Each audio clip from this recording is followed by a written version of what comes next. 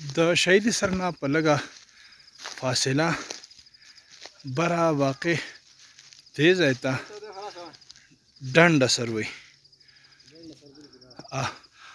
او دې ځای کې دومره ښایسته ځنګل دی او دومره ښایسته وینیو ده، دومره ښایسته ښکلي ډبونه دي، دومره ښکلې هوا ده او دومره دا ځنګل پاتې شوی دی.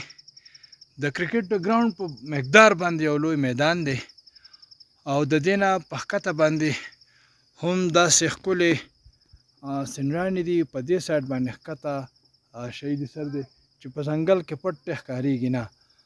ډېر د سیل ځای دی، ډېر د دغه د چکرو ځای دی، خو د بدقسمته تر دا دمه پورې د میډیا د نظر نه ورک دی. په دې وجه باندې سیلګري دې ځای ته تر دا دمه پورې ډېر کم راځي او که کم خلک راځي نو صرف د اوبو فقدان دی پکې چې د اوبو د وجې نه د دغه ځای هغه ښکلاګانې چې دی هغه خلک نه ویني. تاسو هم که چېرته چغرزو ته راشئ او بیا شهیدي سر ته راشئ نو د هایکنګ ډېر ښکلی ټریک دی او تقریبا ما مسلسل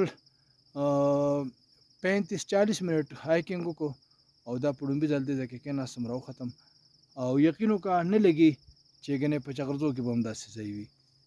نو که تاسو راغلی سره د خپلو ملګرو نو د دې ځای چکر ضرور ولګئ.